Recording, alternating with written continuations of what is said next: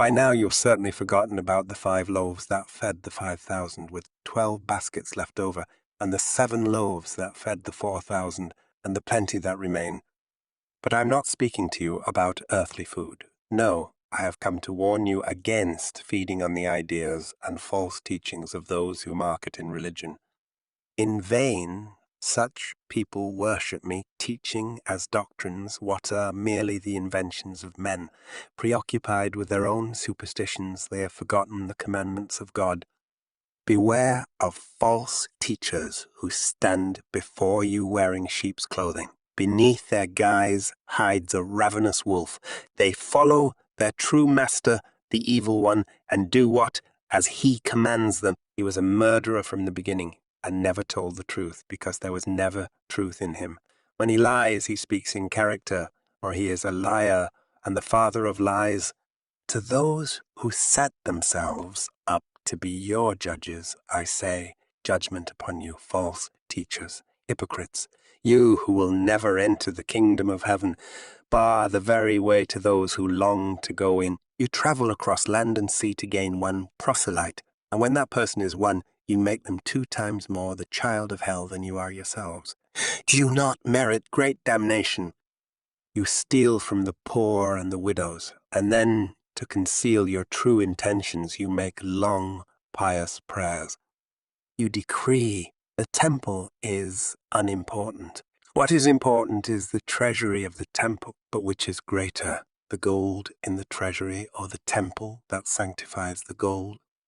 And you say, the altar is not important, but the gift that is upon it is important. You are both foolish and blind. Which is greater, the gift on the altar or the altar that sanctifies the gift? Whoever honors the altar honors it and all things upon it, and whoever honors the temple honors him who dwells within its walls. And they who honor heaven honor the throne of God, and he who sits upon it. You make ceremonial offerings of even the herbs that grow at your front door. All the while you have forgotten the weighty matters of the law, judgment, mercy, and faith. Your vision extends not 1 inch in front of your face. Piously you strain a gnat from your wine and proceed to swallow a camel. Self-righteously you clean the outside of your cup, while inside remains the grime of extortion. How blind can you be? First take care of what is concealed within. Only then will the outside be clean. False teachers, in your hypocrisy, you are no better than whitewashed tombs which might appear beautiful on the outside, but inside are full of death and decaying bones.